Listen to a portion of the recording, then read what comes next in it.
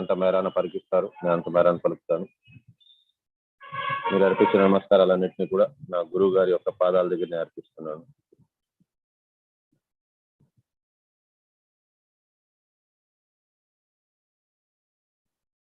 ఓం అజ్ఞానతిమిరంధస్య జ్ఞానాంజనశలాకయ చక్షురున్మిలితం येन తస్మై శ్రీ గురవే నమః. శ్రీ చైతన్యమనోభీష్టం స్థాపితం येन భూతలే స్వయం రూపः సదా మహ్యం దదాతి స్వపదాంతికం. हे कृष्ण करुणा सिंधु दीनबंधु जगत्पते गोपेश गोपिकांत राधा कांत नमोस्तुते. सप्तकांचन गौरांगी राधे वृंदावनेश्वरी वृषभानुसुते देवी प्रणमामि हरिप्रिये. वाञ्छाकल्पतरुभ्यश्च कृपा सिन्धुभ्य एव च पतितानां पावनेभ्यो वैष्णवेभ्यो नमो नमः. नमः ओं विष्णुपादाय कृष्णप्रेष्ठाय भूतले श्रीमते जयपताक स्वामिनीति नामिने. नमो आचार्य पादाय निताय कृपप्रदाय गौरकथा दामदाय नगरग्रामतारि. नमः ओं विष्णुपादाय कृष्णप्रेष्ठाय भूतले श्रीमते भक्ति वेदांत स्वामिनीति नामिने. नमस्ते सरस्वती देवे गौरवाणी प्रचारिणे निर्विशेष शून्यवादी पाश्चात्य देशतारिणे. श्री कृष्ण चैतन्य प्रभु नित्यानंद श्री अद्वैत गदाधर श्रीवास आदि गौर भक्त वृंदा. हरे कृष्ण कृष्ण कृष्ण हरे हरे, हरे राम राम राम हरे. अमल पुराणम श्रीमद् भागवतम 3వ స్కందం 14వ అధ్యాయం 42వ శ్లోకము. దితిరువాచ వదం భగవతా సాక్షాత్ సునాభోదార బాహునా ఆశాసే పుత్రయోర్మహం మా క్రుద్ధాద్రాహణా ప్రభో. Translation: Diti said, "It is very good that my sons will be magnanimously killed by the arms of the personality of Godhead with his Sudarshana weapon. Oh, my husband, may they never be killed by the wrath of the Brahmana devotees." Purport by Srila Prabhupada. Jai Srila Prabhupada. When Diti heard from her husband that the great souls would be angered by the activities of her sons, she was very anxious. She thought that her sons might be killed by the wrath of Brahmanas. The Lord does not appear when the Brahmanas become angry at someone, because the wrath of a Brahmana is sufficient in itself.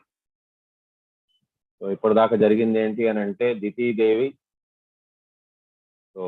కామ ప్రేరేపణ వల్ల తపస్య భక్తి మార్గంలోని ఉండే అంటే శివుని పట్ల, రుద్రుల వారి పట్ల భక్తిలో ఉన్న కశ్యప మునిని ఆవిడ ప్రేరేపించారు. కశ్యప ముని ఎంతో ప్రాధేయపడినా సరే కూడా ఇది సమయం కాదు, వేళ కాదు, కొన్ని నిమిషాలు ఆగండి అని చెప్పినా సరే కూడా ఆ సమయంలోని రుద్రుల వారు భూత ప్రేత పిశాచ గణాలతో పాటు బయటకు విహరిస్తూ ఉంటారు. సో అటువంటి టైంలోని దేవాది దేవుడైన శ్రీకృష్ణుడు ప్రతి భక్తి కాకుండా ఇతరది ఇంకేది చేసినా సరే కూడా వారికి నచ్చదు. అండ్ ఎస్పెషలీ ఏ స్త్రీ పురుషులైతే సంభోగం ఆ టైంలో చేసుకుంటారో సాయం సంధ్యా వేళలోని వారి గర్భంలోని ఎవరైతే ఆత్మహత్య లాంటి అజంగమైన పాపం చేస్తుంటారో అటువంటి వారికి పునరవకాశం ఇచ్చి అటువంటి తల్లి గర్భంలోని వారిని పంపించేస్తారు. సో వారు చాలా చాలా చెడు గుణాలతో కలిగిన వారు ఉంటారు, అసురీ ప్రవృత్తి కలిగిన వారు ఉంటారు. సో అదే రకంగా ఇక్కడ కూడా జరిగింది. కశ్యపుల వారికి తెలుసు పుట్టబోయే పిల్లలు మామూలు వారు కాదు, రాక్షస గుణాలతో పుడతారు అని. కానీ అయినప్పటికీ కూడా తన భార్యకి ఎంత సముదాయించాలనుకున్నా సరే కూడా ఆవిడకి అర్థం చేసుకోలేకపోయారు. దానివల్ల అతను పార్టిసిపేట్ చేయాల్సింది వచ్చింది. అయిపోయినాక ఆవిడ ఎప్పుడైతే దితీదేవితో చెప్తారో ఇద్దరు రాక్షస ప్రవృత్తి కలిగిన వారు పుడతారు, వారు అత్యంతమైన కిరాతకంగా ఉంటారు అని చెప్పిన వారి గురించి ఉల్లేఖం చెప్పారు. ఏ రకంగా వారి గుణగణాలు ఉంటాయి, వారు ఏ రకంగా ప్రవర్తిస్తారు అనేది చెప్పేసరికి దితీదేవి దానికోసమని చాలా చాలా బాధపడిపోతారు. కాకపోతే ఒక రకంగా ఆవిడకి ఏంటి అని అంటే బాధలోని కూడా ఒక రకమైన సంతృప్తి. ఏంటి ఆ సంతృప్తి అని అంటే అది వారి యొక్క పుత్రులు ఎవరైతే అసురీ ప్రవృత్తి కలిగి ఉంటారో వారిని సంహరించేదానికి సాక్షాత్ శ్రీమన్నారాయణుడు అతను అవతరిస్తున్నారు అని. సో ఈ రకంగా భగవంతుని కరకమలంలో నుంచి వీరికి మృత్యు ప్రసాదించబడుతుంది అని అంటే వారికి మోక్షం లభిస్తుంది అని.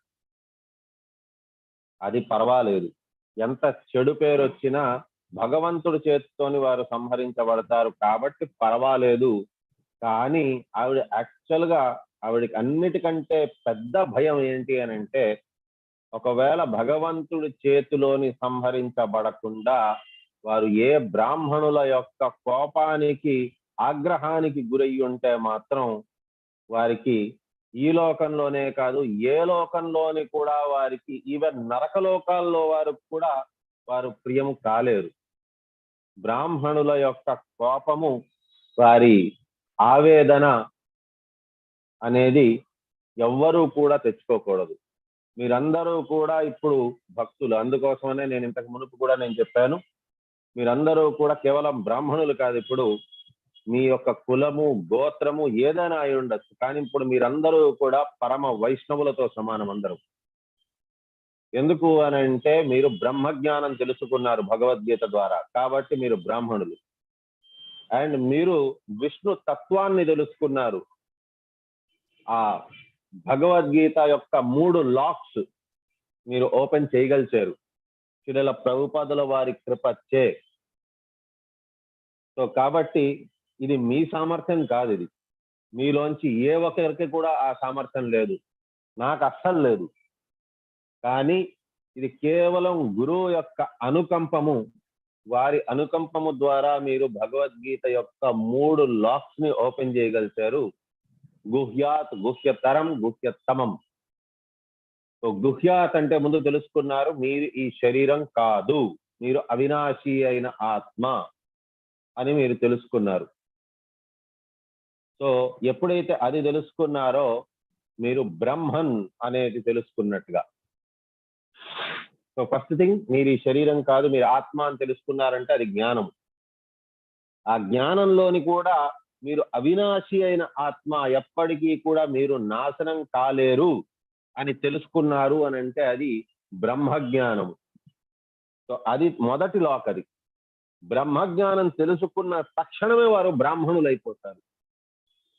కాబట్టి మీరు ఆల్రెడీ మీరందరూ కూడా బ్రాహ్మణులు. పుట్టుక నుంచి వచ్చేది అదంతా కూడా కులము గోత్రము అది డిసైడ్ చేయదు మీరు బ్రాహ్మణుల, క్షత్రియుల, వైశ్యుల, శూద్రుల. మీ యొక్క కర్మలు, మీ యొక్క గుణగణాలు డిసైడ్ చేస్తుంది మీరు బ్రాహ్మణుల, క్షత్రియుల, వైశ్యుల, శూద్రుల. ఇది నేను చెప్పట్లేదు, భగవద్గీతలోని కృష్ణుడు చెప్పారు. సో ఈ రకంగా మీరు బ్రాహ్మణులు ఆల్రెడీ. నౌ నెక్స్ట్ సెకండ్ లాగ్ గుహ్యతరం ఏంటి అని అంటే కృష్ణుడు దేవాది దేవుడు అని తెలుసుకోవడం. సో పురుషోత్తమ ప్రాప్తి యోగంలోని చెప్పున్నారు. ఇప్పుడు నడిచేది కూడా పురుషోత్తమ మాసము. సో శ్రావణ మాసంలోని మామూలుగా అయితే ప్రతి సంవత్సరం శ్రావణ మాసం వస్తుంది, కానీ 3 సంవత్సరాలకు ఒకసారి లూనార్ క్యాలెండర్ బ్యాలెన్స్ చేయడం నిమిత్తం ఒక మాసం యాడ్ అవుతుంది, దాన్ని అధిక శ్రావణ మాసం అంటారు. సో ఈ రకంగా 3 సంవత్సరాలకు ఒకసారి వస్తుంది. సో దీన్ని పురుషోత్తమ మాసం అని అంటారు. సో పురుషోత్తముడికి అత్యంత ప్రియతమైన మాసం ఇది. ఈ సమయంలోని భక్తి కార్యక్రమాలు అనేది చేసుకోవాలి, జపం అనేది చేయాలి ఎక్కువగా. వీలైనంత దాకా శ్రీమద్ భాగవతం, భగవద్గీత పుస్తకాలని అర్థం చేసుకోవాలి. వీలైనంత దాకా మీ వల్ల ఎంత చిన్నదైనా కూడా పర్వాలేదు, మందిర నిర్మాణం కోసమని దానం ఇవ్వండి. సో ఈ రకంగా మీరు చేస్తే భగవంతుడికి సన్నిహితులవుతారు. సో ఈ రకంగా పురుషోత్తమ ప్రాప్తి యోగంలో కూడా చెప్పున్నారు భగవంతుడు కృష్ణుడు దేవాది దేవుడు అని. సో ఎవరైతే ఇది తెలుసుకుంటారో వారు ఖచ్చితంగా భగవంతుడి లోకానికి చేరుకుంటారు అని. సో అది గుహ్యతరం. నెక్స్ట్ గుహ్యతమం ఏంటి అని అంటే అతనికి నాకు మధ్యన ఉండే రిలేషన్షిప్ ఏంటి, నేను అతని యొక్క నిత్య దాసుణ్ణి అని తెలుసుకోవడము. సో ఈ రకంగా భగవంతునికి శరణాగతి పొందడం, అది గుహ్యతమము. సో జస్ట్ తెలుసుకున్నంత మాత్రాన గుహ్యతరం, తెలుసుకున్నంత మాత్రాన కృష్ణుడు దేవాది దేవుడు అనేసి మనకి అతనికి సంబంధము ఏంటి అనేది తెలియదు. సో సంబంధ, అభిదయ, ప్రయోజన, సో అవి తెలుసుకున్నప్పుడు మనం ఏంటి అంటే అతని యొక్క దాసులం అయిపోతాం. సో ఆ రకంగా మనము సంపూర్ణంగా భగవంతుడికి శరణాగతి పొంది ఎప్పుడైతే మనం అతని కోసం అనేసి మన కర్మలు చేస్తామో అది గుహ్యతమం. సో గుహ్యతమము అనేది ఎప్పుడైతే తెలుసుకుంటారో వైష్ణవులు అవుతారు. సో కాబట్టి యాక్చువల్గా గుహ్యతరం అప్పుడే వైష్ణవులు అయిపోతారు. కృష్ణుడు దేవాది దేవుడు అని తెలుసుకున్నప్పుడే వైష్ణవులు. కానీ గుహ్యతమము ఎప్పుడైతే తెలుసుకుంటారో అప్పుడు భక్తులు అవుతారు. భక్తుడు అవ్వడం అనేది అంత ఈజీ కాదు, అందరూ అవ్వలేరు. సో గుహ్యతమమైన శాస్త్రం ఎప్పుడైతే తెలుసుకుంటారో అప్పుడే భక్తులు అయినట్టుగా. సో అండ్ అది కూడా గుహ్యతమమైన శాస్త్రం తెలుసుకున్నాక ఎవరెవరైతే గురువు దగ్గర, ప్రామాణికమైన గురువు దగ్గర ఎవరైతే దీక్ష తీసుకుంటారో వారు ఒక మంచి భక్తులు అయినట్టుగా. సో ఈ రకంగా మీరు అందరూ కూడా భక్తులే. కాబట్టి ఒకటి గుర్తుపెట్టుకోండి, ఎప్పటికీ కూడా ఈవెన్ అన్యాయం, మీ పట్ల అన్యాయం చేసినా సరే కూడా వారి పట్ల మీరు ఎప్పటికీ కోపము, ఆగ్రహం అనేది మాత్రం దయచేసి పెట్టుకోవద్దండి. ఎందుకు అనంటే ఒకటి గుర్తుపెట్టుకోవాల్సింది ఏంటి అనంటే భక్తుల పట్ల ఎవరైనా సరే కూడా అన్యాయం చేశారు అనంటే శ్రీమద్ భాగవతంలోని జగాన మనకు అదే చెప్పున్నారు. సో ఫర్ ఎగ్జాంపుల్ భక్తుల పట్ల ఎక్కడెక్కడైతే అన్యాయం జరిగిందో భగవంతుడు అక్కడక్కడ ఎయిదర్ అవతరించారు లేదంటే ఆగ్రహించారు. ఎగ్జాంపుల్స్ ఏమైనా ఉన్నాయా? ఎస్. ఒకటి అంబరీష్ మహారాజ్ది. ఇంకేదైనా ఉన్నాయా అలాంటిది? భక్తులకు ఎక్కడైనా ఇబ్బంది కలిగినప్పుడు భగవంతుడికి కోపం వచ్చింది. ప్రహ్లాద్ మహారాజ్, మనకి 7వ స్కందంలో ప్రహ్లాద్ మహారాజ్ గురించి కూడా చెప్పున్నారు. ప్రహ్లాద్ మహారాజ్ని ఇబ్బంది కలిగిస్తున్నారని చెప్పాను, అంతేగాని భగవంతుడిని ఛాలెంజ్ చేస్తున్నారని భగవంతుడు రాలేదు. నువ్వెంత, నాకు ఛాలెంజ్ చేసే అంతటి వాడువా నువ్వు అని రాలేదు భగవంతుడు. తన భక్తుడికి ఇబ్బంది కలిగిందని చెప్పని వచ్చారు. నెక్స్ట్, భక్తులకి ఎప్పుడైనా సరే కూడా, బ్రాహ్మణులకి భక్తులకి ఎప్పుడైనా ఇబ్బంది కలిగిందనంటే, గోవులకి బ్రాహ్మణులకి భక్తులకి ఎప్పుడైనా ఇబ్బంది కలిగిందంటే భగవంతుడు వారిని ఎంత గొప్పవారు అనేది కూడా చూసుకోరు. ఈవెన్ మృగ అనే రాజు కూడా తన జీవిత వృత్తాంతంలో చెప్పున్నారు, ఆయన చెడు మనిషి అయితే కాదు, కానీ ఆయన భక్తుడు కాదు. ఆయన దాన ధర్మాలు విపరీతంగా చేసేవారు. బ్రాహ్మణులకి ఎవరికో తెలియకుండా ఒక రకంగా తప్పు జరిగిపోయింది. దానివల్ల ఆయనకి బల్లిలాగా ఎన్నో కల్పాల పాటు ఆయన ఒక బావిలోని ఉండవలసి వచ్చింది. ఆఖరికి కృష్ణుడు వచ్చి అతనికి మళ్ళీ మనిషి రూపాన్ని ఇప్పించిన తర్వాతే అతను బయటకు రాగలిచారు. సో కాబట్టి బ్రాహ్మణులకి వైష్ణవులకి ఎప్పటికీ కూడా ద్రోహం చెయ్యకూడదు. భగవంతుడు ఆగ్రహం చూపిస్తారు వారి మీదకి, కానీ మీరెవ్వరూ మాత్రం దయచేసి ఎవరు మీకు ఎంత ఇబ్బంది కలిగించినా సరే కూడా వారిని శపించడం అనేది, వారి గురించి చెడుగా కోరుకోవడం అనేది మాత్రం చేయొద్దండి. సో ఏది ఒకవేళ బై ఛాన్స్ చెప్పినా సరే కూడా భగవంతుడిని ప్రార్థించి వారికి ఎవరికి కూడా చెడు జరగకూడదు. అట్లీస్ట్ మీ వల్ల మాత్రం, లేకపోయింది నా వల్ల కానీ ఎవరి వల్ల కూడా, మన వల్ల ఎవరికి చెడు జరగకూడదు, ఎవరికి ఇబ్బంది కలగకూడదు. మన వల్ల వీలైతే నలుగురికి మంచి చేయగలచాలి, హరే కృష్ణ మహామంత్రాన్ని ప్రసాదించగలచాలి, కానీ మన వల్ల ఎవరికి చెడు మాత్రం జరగకూడదు అనేది ప్రార్థించండి. ఇక్కడ దితీదేవి భయం అంతా అదే. ఎక్కడ వారి పుత్రులు బ్రాహ్మణులచే శపించబడతారో, శాపగ్రస్తం అవుతారేమో అని వారు భయపడుతున్నారు. కానీ ఎప్పుడైతే విన్నారో బ్రాహ్మణుల ద్వారా శాపగ్రస్తం కావటం లేదు, సాక్షాత్ భగవంతుడు వచ్చి వారిని సంహరించబోతున్నారని ఎప్పుడైతే తెలుసుకున్నారో ఆవిడ కొద్దిగా ఊపిరి పీల్చుకున్నారు. A devotee of the Lord never prays to the Lord to appear for the sake of the troubles the miscreants cause for him, and he never bothers him by asking for protection. So పాండవులు ఎన్నో ఇబ్బందులు వాళ్ళు ఎదుర్కొన్నారు. వారికి లాక్షాగ్రహానికి అగ్గంటిచ్చేశారు. భీముడిని poison ఇచ్చేసి విషం ఇచ్చి ఆయన్ని సంహరించబడ్డారు. సో వారి యొక్క భార్యని నిర్వస్త్రం చేసి ఆవిడ్ని తీసుకెళ్లిపోవాలి అన్నట్టుగా అంత ప్రయత్నం కూడా జరిగింది. వారి రాజ్యం అంతా లాక్కున్నారు. ఇప్పుడు ఒకటి గుర్తుపెట్టుకోండి, కౌరవుల యొక్క 100 మంది పుత్రుల్ని కూడా భీముడు ఒక్కరే సంహరించారు. 100 మందిని ఒక్కరే సంహరించారు. అండ్ గొప్ప గొప్ప యోధులందరినీ కూడా అతను భీష్మ పితామహ అయి ఉండొచ్చు, ద్రోణాచార్యుల వారు అయి ఉండొచ్చు, అది ఇంకెవరైనా సరే కూడా గొప్ప గొప్ప వారందరూ కూడా యోధుల్ని, కర్ణుడు కావచ్చు, వారందరినీ కూడా అర్జునుడే సంహరించారు. సో వీళ్ళిద్దరు చాలా యాక్చువల్గా మహాభారత యుద్ధాన్ని మొత్తం అంతా కూడా దాన్ని అంతమొందించేదానికి వీళ్ళిద్దరు సరిపోతారు. కానీ అయినప్పటికీ కూడా వాళ్ళు ఎప్పుడూ కూడా యుద్ధం మధ్యలోని చేస్తాము, మా సామ్రాజ్యాన్ని కానీ మాకు జరిగిన అన్యాయాన్ని కానీ మేము ప్రతీకారం తీర్చుకుంటాము అని మధ్యన ఎక్కడా అనుకోలేదు. వారికి అన్యాయం మొట్టమొదటి నుంచే జరుగుతుంది. కానీ ఇంత అన్యాయం జరుగుతున్నా సరే కూడా నోరు మెదుపుకొనే కూర్చొని ఉన్నారు. అన్నిటినీ కూడా వారు అనుభవిస్తూనే ఉన్నారు. ఒక బ్రాహ్మణుల యొక్క గొప్ప లక్షణం ఏంటి అని అంటే మనకి కొన్ని గుణాలు చెప్పారు. సమోదమః తపశ్శౌచ్యం శాంతిర్ అర్జవమేవచ జ్ఞానం విజ్ఞానమాస్తిక్యం బ్రహ్మకర్మ స్వభావజం. సో మనకి తట్టుకోవడం అనేది చాలా పెద్ద గుణం బ్రాహ్మణులకి నేర్చుకోవాలి. ఇది చెప్పడం చాలా ఈజీ, కానీ నాలాంటి వారు దేన్ని తట్టుకోలేరు. సో కాకపోతే తట్టుకోవడం అనేది ఇంపార్టెంట్.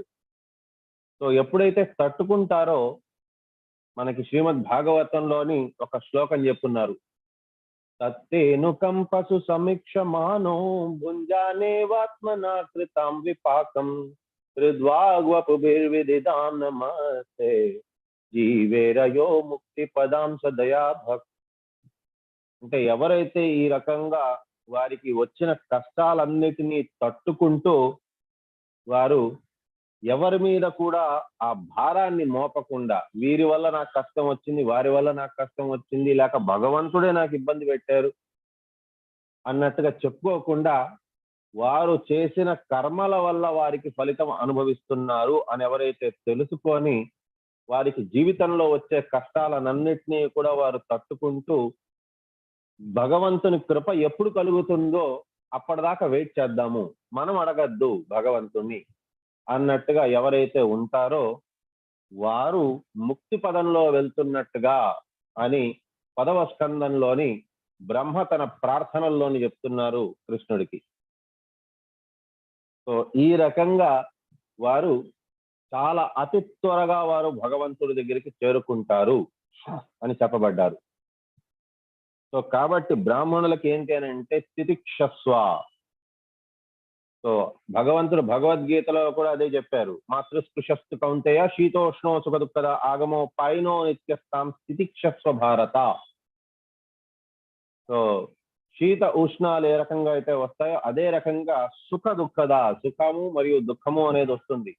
అన్యాయం అనేది లోకం చేస్తారు, కానీ వారిని శపించకుండా ఎవరైతే తట్టుకుంటారో ఆ కష్టాలన్నిటినీ కూడా వారు మోక్ష పదానికి వారు అర్హులు అని. సో కాబట్టి అటువంటి వారే బ్రాహ్మణులు అని చెప్పుకోబడతారు. భగవంతుణ్ణి ప్రార్థించకూడదు, నా కష్టాలన్నింటినీ తొలగించేయండి స్వామి అని ప్రార్థించకూడదు. సో ప్రార్థిస్తే తొలగించేయచ్చేమో, కానీ మన కష్టాలు మాత్రమే తొలగిస్తారు, భక్తిని మళ్ళీ ఇవ్వకుండా పోవచ్చు. అందుకోసమనే భగవంతుడు చెప్పారు, ఇవంతా తట్టుకుంటూ పైకి వచ్చే వాళ్ళే ఎక్కడో ఒకళ్ళు ఉంటారు, రేర్. మనుష్యానాం సహస్రేషు కశ్చిత్ యతతి సిద్ధయే యథాతమపి సిద్ధానాం కశ్చిన్మమి వేత్తి తత్వతః. ఎక్కడో ఎవరో ఒకళ్ళు ఉంటారు, అండ్ ఆ ఒక్కళ్ళు కూడా ఒక జన్మలోని ఇమీడియట్ గా వాళ్ళు ప్యూరిఫై అయిపోరు. బహునాం జన్మనామంతే జ్ఞానమం ప్రపద్యతే వాసుదేవ సర్వమితి సమహాత్మా సుదుర్లభః. వారికి కూడా ప్యూరిఫై అయ్యి వారు సో అన్ని జన్మల తర్వాత, ఇంత ఫైట్ తర్వాత వారు తెలుసుకుంటారు కృష్ణుడు దేవాది దేవుడని. నేను అప్పటిదాకా వెయిట్ చేస్తాను అని అంటున్నారు భగవంతుడు. సో కాబట్టి ఈ రకంగా ఎవరి మీద కూడా కోపం అవ్వడము, రుష్టం అవ్వడము, వారి మీద ఆగ్రహం చెందడం అనేది సరైనది కాదు. వారి పట్ల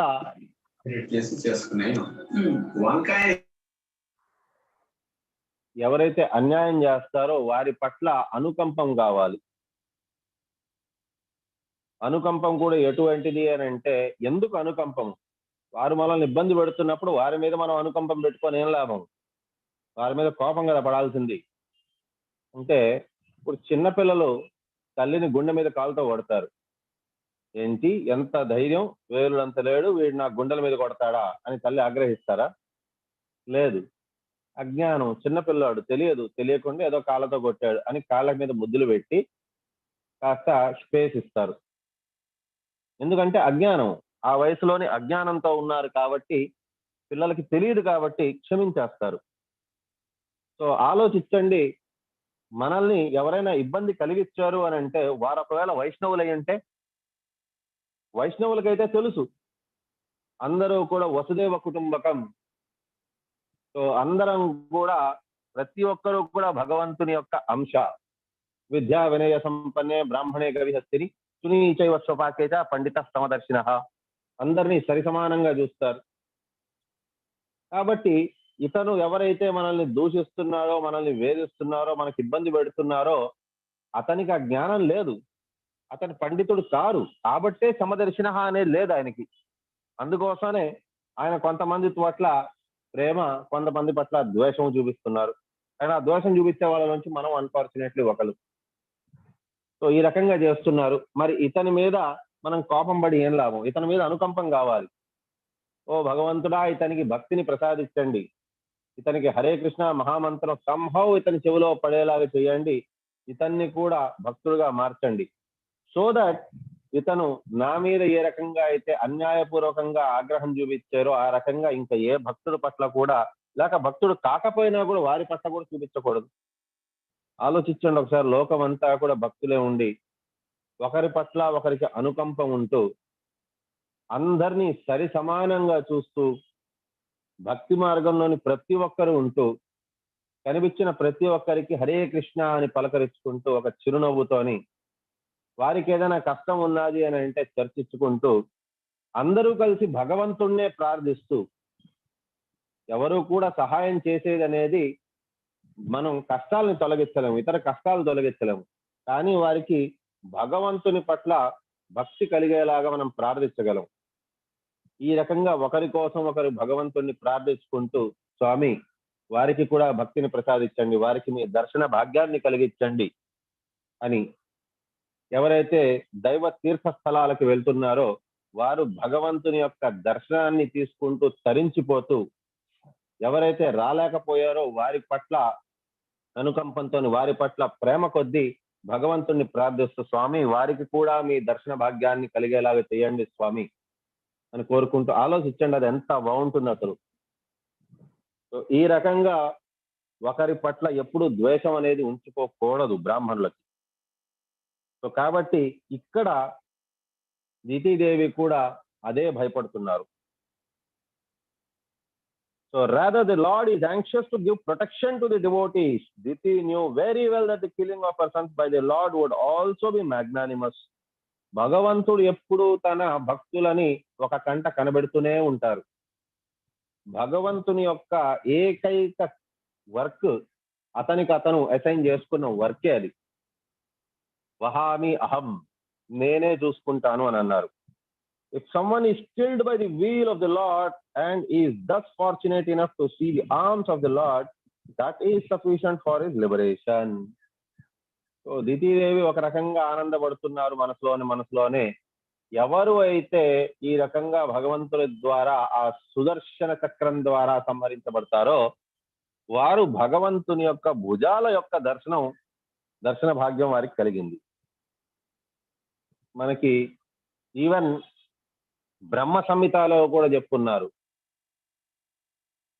ఏంటి అని అంటే, పంథాస్తు కోటి శతవత్తర సాంప్రగమ్యో వాయోరథాపి మనసా మణిపుగ్గవానాం సోప్యస్కసిం అవిచింత్య తత్వే గోవిందమాది పురుషం తమహం భజామి.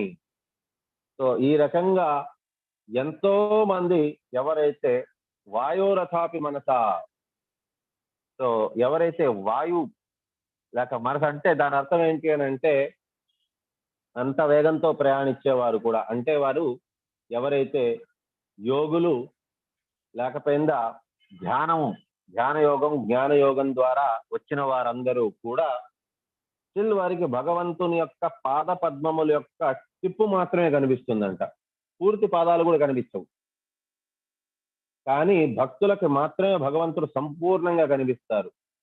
అండ్ ఇంకొకరు కూడా ఉన్నారు, ఎవరికైతే భగవంతుడు సంపూర్ణంగా కనిపిస్తారో అదే భగవంతుడు ద్వారా సంహరించబడేవారు. సో ఇక్కడ హిరణ్యాక్షులు హిరణ్యకశిపులు కూడా భగవంతుడు సంపూర్ణంగా కనిపిస్తారు. కాబట్టి భగవంతుని యొక్క చేతుల్లోని వీరు సంహరించబడుతున్నారు. అండ్ భగవంతుని యొక్క సుదర్శన చక్రం చేత సంహరించబడుతున్నారు. మూడోది ఏంటి అని అంటే భగవంతుడు సంపూర్ణంగా వీరికి దర్శన భాగ్యాన్ని ఇస్తారు. ఎంతో మందికి లేనిది. కాకపోతే ఒకటి అర్థం చేసుకోండి, భక్తులు అనేవారు ఎప్పుడూ కూడా ఈ రకంగా కోరుకోరు. భగవంతుని యొక్క అనుగ్రహం కావాలి వారికి, అంతేగాని భగవంతుని దర్శనము మోక్షం అనేది కూడా భక్తులు కోరుకోరు. భక్తులు కోరుకునేది ఏంటి అని అంటే నన్ను కావాలంటే మీరు నరకంలో పడేయండి, లేకపోతే ఎక్కడైనా పడేయండి, ఒక కాలువలోని కూడా నన్ను పడేయండి, పర్వాలేదు, కానీ నా నోటిలోని ఎప్పుడూ కూడా దేవాది దేవుడైన శ్రీకృష్ణుడి నామం నా నోటి నుంచి ఎప్పటికీ వీడరాదు. నేను ఎల్లవేళలా నా నోటిలో నుంచి భగవంతుడి నామ జపం అనేది మాత్రం నేను మరచిపోకూడదు. ఎటువంటి పరిస్థితి ఉన్నా సరే కూడా నేను భగవంతుడిని కీర్తిస్తూ జపం మాత్రం నేను చేయగలచాలి అనేది కోరుకుంటారు భక్తులు. సో ఇక్కడ such good fortune is not achieved even by the great sages. గొప్ప గొప్ప ఋషులు మునులకు కూడా భగవంతుని ఈ దివ్యమైన దర్శనం భాగ్యం కలగదు. కాబట్టి అది దితిదేవి యొక్క పుత్రులకు కలుగుతోంది అని చెప్పని చాలా ఆనందపడుతున్నారు. 43వ శ్లోకం. న బ్రహ్మదండ దగ్ధస్య న భూత భయాదస్య చ నారకాశ్చానుగ్రహంతి యాం యోనిమసౌ గతః. Translation: a person who is condemned by a brahmana or is always fearful to other living entities is not favored either by those who are already in hell or by those in the species in which he is born. Purport by Srila Prabhupada. Jai Srila Prabhupada. A practical example of a condemned species of life is the dog. Dogs are also so condemned that they never show any sympathy to their contemporaries. A person who is condemned by Brahmana or is always fearful to other living entities is not favored either by those who are already in hell or by those in the species in which he is born. So, ఎవరైతే ఇతరులని వారు ఇబ్బంది కలిగించే వారు ఉంటారో తీవ్రవాదులు, ఈ శ్లోకం చాలు, తీవ్రవాదులకి నరక ప్రాప్తి కూడా కాదు, అంత ద్వేషించబడతారు వారు. తీవ్రవాదులు ఉగ్రవాదులు ఎవరైతే ఇతరులని ఇబ్బంది పెడతారో, తీవ్రవాదులు అంటే కేవలం బాంబులు వేసేవాళ్ళు లేకపోతే కాల్చి చంపేవారు మాత్రమే కాదు, మిగతా వారిని ఇబ్బంది కలిగించేవారిని,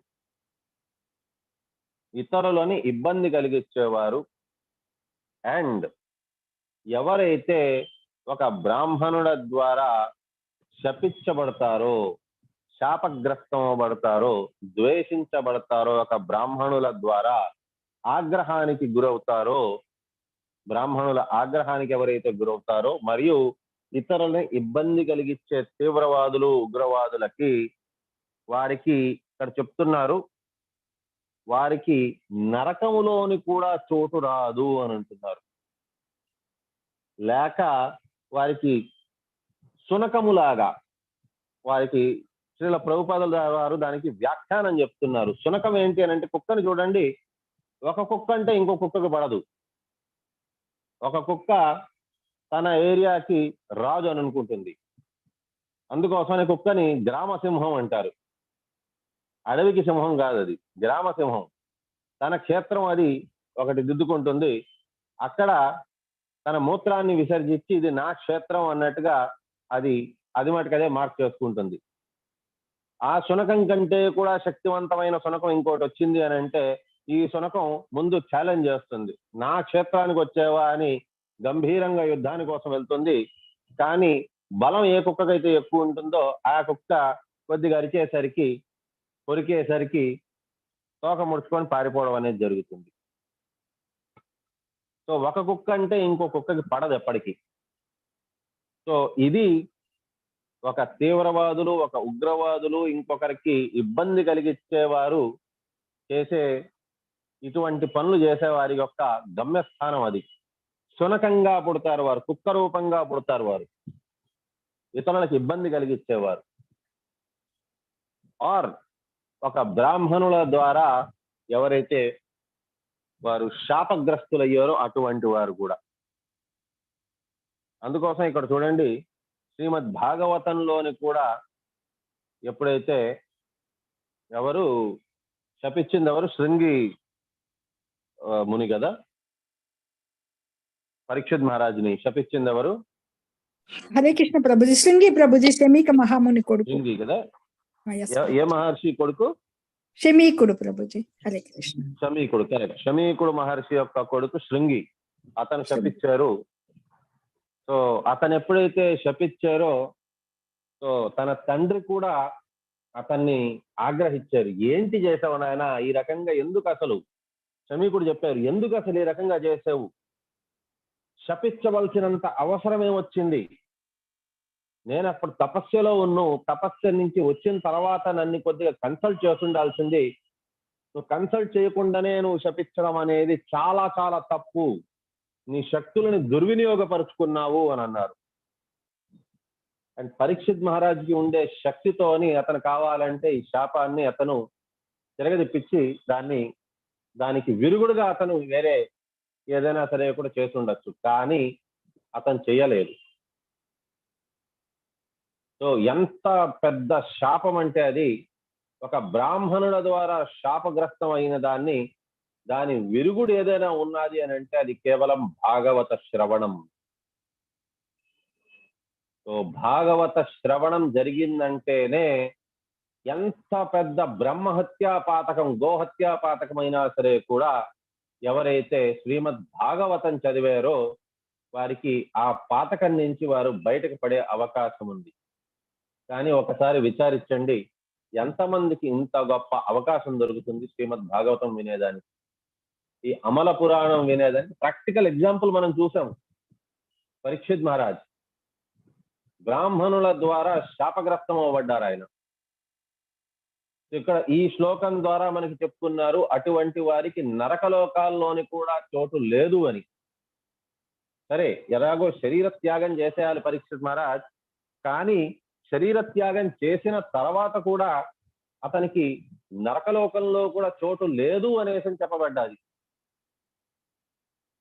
కానీ ఇంత జరిగిన తర్వాత కూడా, ఇంత ఒక బ్రాహ్మణుల యొక్క శాపం ద్వారా అతను శాపగ్రస్తులు అయినా సరే కూడా ఆయన మనకి 12వ స్కందంలోని చెప్పున్నారు, ఐ థింక్ 5వ అధ్యాయమో ఏదో, అతని పరీక్షిత్ మహారాజ్ యొక్క మృత్యు ఎప్పుడైతే జరుగుతుందో అప్పుడు అతను ఈవెన్ ఆ సర్పం వచ్చి తక్షక నాగొచ్చి అతన్ని కాటేసే కంటే ముందే అతను భగవద్ధామానికి చేరుకునే పయనంలో ఉంటారు. అప్పుడు వచ్చి ఎప్పుడు అతనికి ఆ తక్షక నాగొచ్చి కాటేస్తుందో కూడా తెలియదు, అతని శరీరం వెంటనే దగ్ధం అయిపోతుందంట. కానీ అతనికి ఏమాత్రం కూడా అది తెలియదు, అతను ఈ లోపల భగవంతుని లోకానికి చేరుకునేస్తారు. సో అంటే ఇక్కడ ఈ శ్లోకం బట్టి రెండూ కరెక్టే కదా, మరి రెండూ భాగవతంలోనే ఇచ్చున్నాయి. ఈ శ్లోకం ప్రకారంగా అటువంటి వారికి నరకలోకాల్లోని కూడా వారికి చోటు లభించదు అని అంటున్నారు. సో నా బ్రాహ్మణ దండ దగ్ధస్య నా భూత భయాదస్య చ నరకాశ్చోనగ్రహాంతి యాం యాం యోనిమస్సౌ గతః అని అన్నారు. అంటే వారికి నరకంలో కూడా చోటు లభించదు అని అంటున్నారు ఒక పక్క శ్రీమద్ భాగవతంలో. ఇంకో పక్క 12వ అధ్యాయంలోని మనకి 12వ స్కందంలోని మనకి 5వ అధ్యాయంలో మనకి చెప్తున్నారు, పరీక్షిత్ మహారాజు ఇంత శాపగ్రస్తులు అయినప్పటికీ కూడా, అది కూడా బ్రాహ్మణుడి ద్వారానే శపించబడ్డారు ఆయన. ఆయన మాత్రం భాగవతం వినిన తర్వాత ఆయన భగవంతుడిలోని భక్తుడికి లీనమైపోయి ఉన్నారు. సో అంతా శ్రీమద్ భాగవతం చెప్పిన తర్వాత సుఖదేవ గోస్వామి అక్కడి నుంచి వెళ్ళిపోయారు. సో ఇతను పరీక్షిత్ మహారాజ్ భగవంతుని యొక్క భక్తిలో లీనమైపోయి ఒక దగ్గర భగవంతుని తలుచుకుంటూ అప్పుడు వచ్చి ఆయనకి శరీరాన్ని కాటేసే లోపలే ఆయన భగవంతుని లోకానికి చేరిపోయారని. దీన్ని బట్టి ఏమర్థం అవుతుంది, శ్రీమద్ భాగవతం అనేది ఎవరైతే శ్రవణం చేస్తారో సరైన గురు శిష్య పరంపరలోని వచ్చిన వారి ద్వారా వారికి ఇది ఖచ్చితంగా వారి యొక్క బ్రహ్మహత్యా పాతకం నుంచి కూడా వారిని విముక్తి చేసేస్తుంది. అంత గొప్ప పురాణం ఇది, అమల పురాణం శ్రీమద్ భాగవతం. శ్రీల ప్రభుపాదుల వారు కాకపోయి ఉంటే ఎవరిచ్చుంటారు మనకిది? ఎవరికి తెలుస్తుంది అసలు శ్రీమద్ భాగవతం అంతా కూడా ఒక్కొక్కటిగా క్షుణ్ణంగా మనం అధ్యాయం బై అధ్యాయం, శ్లోకం బై శ్లోకం ఎవరు చదవగలరు? ఎవరికి తెలుసుంటుంది అసలు? అప్పటికి పోతన గారు మన ఆంధ్ర భాగవతం అనేసని దాన్ని తెలుగులోని మనకి అర్థం కాకపోవచ్చు ఈ సంస్కృత శ్లోకాలు అనే ఒక భావనతోని అతను దాన్ని ఆంధ్రీకృతం చేసి మన కోసం తెచ్చారు. కానీ అయినా ఎంతమంది చదువుంటారు? అది ఎంతమందికి అర్థమై ఉంటుంది? ఈ గురు శిష్య పరంపరలోని ఈ శ్రీల ప్రభుపాదుల వారు రాబట్టి మనకి ఇప్పుడు తెలిసింది ఇది. అండ్ అతను ఆ వీడియో మీరు ఒకవేళ చూసారంటే తెలుస్తుంది, శ్రీల ప్రభుపాదుల వారు 1977లోని ఎప్పుడైతే అతని శరీరం ఇంకా త్యాగం చేసే సమయం ఆసన్నమైందో అతని ఎముకల మీద కండ కొద్దిపాటు కూడా లేదు, బాగా సన్నమైపోయి ఉన్నారు. ఎముకలు దాని మీద కేవలం చర్మం మాత్రమే ఉండింది. డాక్టర్ ఎప్పుడైతే వచ్చారో తన శిష్య బృందం వారు డాక్టర్ని పిలిచారు, ఇతన్ని ఏదో ఒక రకంగా కాపాడండి అని. ఇంజక్షన్ వేద్దామంటే ఎక్కడ వేసేది నేను ఇంజక్షన్? కండ అనేది ఉండాలి కదా, కండ లోపల నేను ఇంజక్షన్ వేయగలను, నరాల లోపల దిగాలి. నాకు నరాలు కనిపిస్తోంది కానీ దాంట్లో రక్త ప్రసరిస్తున్నట్టుగా నాకు కనిపించట్లేదు, ఎక్కడ కండ కనిపించట్లేదు, ఎక్కడి ఇంజక్షన్ వేయాలి నేను? సో ఇతన్ని ఇక్కడ పడుకోబెట్టేశారు. ఏం చెయ్యాలి నేను ఇతనితోని? ఇతను ఈ సమయంలోనే అతను ఇంకా కూడా ప్రాణంతో ఉన్నారు అని అంటేనే పెద్ద అతిశయము. ఆ డాక్టర్ చెప్తూ అతని కళ్ళల్లో నీళ్లు వచ్చేసిందంట. ఇంత మహానుభావుడు అసలు ఇంకా ఎలా ఉన్నారు? అతను ఇంకా ఆ సమయంలో చేస్తున్నది ఏంటి అని అంటే, శ్రీమద్ భాగవతం ఆ టైంలో కూడా అతను ట్రాన్స్లేషన్ చేస్తూ ఉన్నాడు.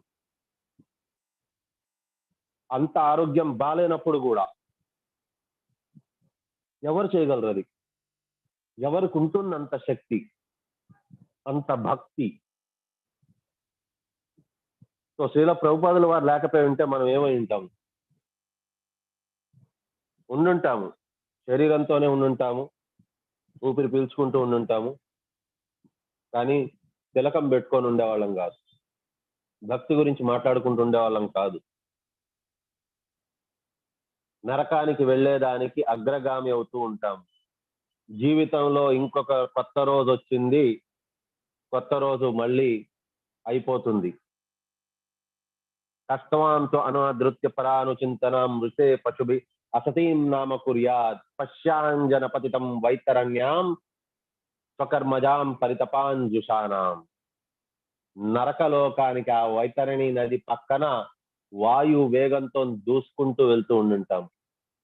ఈ రోజు కాకపోయినా ఏదో ఒక రోజు ఆ వైతరణి నదిలోని మునక వేయాలి అనే ఆశతోని, ఎన్నో కష్టాలు ఉంటాయని తెలిసి కూడా, కానీ అయినా అక్కడికే పరిగెడుతూ ఉంటాం. అది శ్రీల ప్రభుపాదుల వారు చేసింది. ఈ లోకము ఏదైతే నరకలోకంలాగా మారిపోతూ ఉన్నిందో దీన్ని తీసుకెళ్లి గోలోకానికి దగ్గరలో పెట్టారు. అంటే శ్రీల ప్రభుపాదుల వారు కూడా చేసింది ఒక రకంగా ఫిజికల్ గా మనకి ఈ కార్యాన్ని చేశారు. వరాహ రూపంలోని భగవంతుడు ఫిజికల్ గా భూమి పాతాళ లోకం కంటే కూడా కిందకి ఎప్పుడైతే వెళ్ళిపోయిందో అక్కడి నుంచి తీసుకెళ్లి మళ్ళీ సంస్థాపించారు.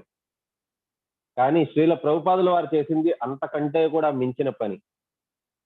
మనందరి చైతన్యము ఈ పాతాళ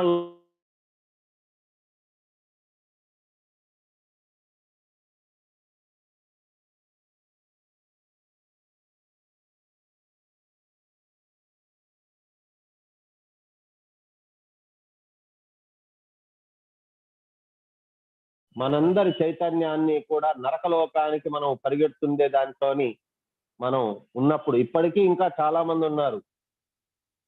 అనంత కోట్ల మంది ఉన్నారు నాన్ వెజిటేరియన్. ప్రతి నిత్యము వారికి కావాలి జిహ్వా చాపల్యం, నోటి రుచి కోసం వారు ఎన్నో ఎన్నో జీవులను సంహరించుకొని తింటారు, ఎన్నో ఎన్నో పాపాలు చేస్తూ ఉంటారు. అటువంటి వారు ఉన్నారు. కానీ అయినప్పటికీ ప్రభుపాదుల వారు ఎవరితో అయితే కనెక్షన్ ఏర్పడ్డాదో మోడర్న్ కాలం, ఈ కాలానికి నారద ముని శ్రీల ప్రభుపాదుల వారు. ఆల్రెడీ మనం చర్చించుకున్నాం. నారదా అంటే నారా అంటే నారాయణ, దా అంటే ఇచ్చేవారు. భక్తులు ఎవరైతే ఆ సమయంలోని హిరణ్యాక్షులు, హిరణ్యకశిపులు వారందరూ కూడా ఉన్నారు. కానీ వారు ఎప్పుడు నారద మునిని వారు అప్రోచ్ అవ్వలేదు. కానీ ఎవరైతే నారద ముని దగ్గరికి అప్రోచ్ అయ్యారో అటువంటి వారి పైన ఎవరైతే నారద ముని కృప చూపించారో వారికి నారాయణుడు లభించారు. అదే రకంగా ఈ కలియుగంలోని ఇటువంటి కాలంలోని శ్రీల ప్రభుపాదుల వారు ఆధునిక కాలం కలియుగానికి నారద ముని ఎవరు అని అంటే శ్రీల ప్రభుపాదుల వారే. ఎవరెవరైతే శ్రీల ప్రభుపాదుల వారి యొక్క పాదాలని ఆశ్రయించారో వారందరికీ కూడా నారాయణుడిని, కృష్ణ ప్రేమని ప్రసాదిస్తూ వస్తున్నారు, పంచేస్తున్నారు. వారి యొక్క క్వాలిఫికేషన్ ఉందా లేదా, వారు అసలు దానికి అర్హులా కాదా అని కూడా చూడటం లేదు. కృష్ణుడు చాలా కరుణామయుడు. హే కృష్ణ కరుణా సింధు దీన బంధు జగత్పతే గోపేశ గోపికా కాంత రాధా కాంత నమోస్తుతే అంటాము. సో దీనులకి బంధువు అతను. కానీ అతని కంటే కూడా ఎక్కువ కృపామయురాలు శ్రీమతి రాధారాణి. సో అటువంటి రాధారాణి మరియు కృష్ణుడి యొక్క కలయిక అనేది శ్రీ చైతన్య మహాప్రభు రూపము. సో చైతన్య మహాప్రభు శ్రీ రాధాకృష్ణుల వారి కంటే కూడా ఎక్కువ అనుకంపము. వారు అందరికీ ప్రేమని పంచుతూ వెళ్ళారు, కృష్ణ ప్రేమని. కానీ కొంతమంది పట్ల చైతన్య మహాప్రభు అయినా ఆగ్రహం చూపించుంటారు, కానీ నిత్యానంద మహాప్రభు మాత్రం ఎప్పుడు అది చూడలేదు. పాత్ర అపాత్ర చూడకుండా పంచిపెడుతున్నారు. ఆఖరికి జగాయ్ మదాయ్ లాంటి వారి యొక్క పాదాలు కూడా పట్టుకునేశారు. తాగుబోతులు, తిరుగుబోతులు, వ్యసనపోతులు వారి యొక్క పాదాలు పట్టుకొని హరే కృష్ణ మహామంత్రం జపించండి అన్నారు. శ్రీల హరిదాస్ ఠాకూర్, భజనానంది, ఘోష్టానందీలు వారంతా